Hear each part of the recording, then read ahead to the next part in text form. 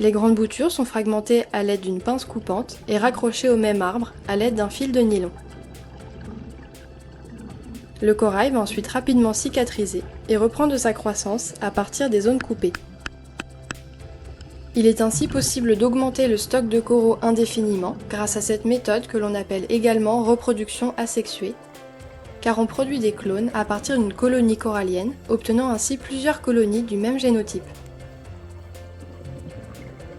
Ces actions sont essentielles car ces deux espèces d'acropores, emblématiques de la Caraïbe, sont en très fort déclin et ont disparu de près de 90% des récifs caribéens.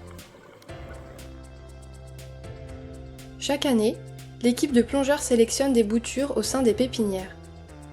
Ces boutures sont ensuite transportées jusqu'au site de transplantation. Ces opérations de transplantation d'acropores, réalisées depuis 2019, permettent de tester différentes méthodes de transplantation et de trouver celle qui correspond le mieux à notre environnement guadeloupéen. Les transplantations réalisées en 2019, 2021 et 2022 ont été réalisées dans le petit cul-de-sac marin sur 5 sites différents. Ces opérations ont consisté à transplanter les coraux directement sur de la roche nue, au milieu d'un grand plateau récifal.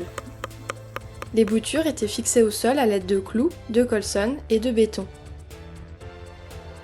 Mais malgré la réussite du mode de fixation, les boutures ont été recouvertes par les algues et mangées par les vers de feu et les escargots corallivores. Afin de limiter l'enalguement et l'accès aux boutures par les prédateurs, les opérations de transplantation de 2023 et 2024 ont été majoritairement réalisées sur des structures de type récif artificiel. Les cornes de cerf ont été fixées à des tables à l'aide de colson, et les cornes d'élan ont été transplantées sur des mini-dômes et des cubes de béton. Pour la transplantation des cornes de cerf sur récif naturel, des cailles éparses ont été choisies au milieu de zones de sable afin de limiter l'accès aux prédateurs.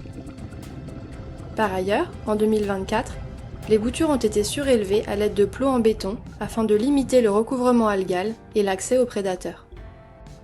En l'espace de quelques mois, les coraux recouvrent leur structure et attirent de nombreux poissons.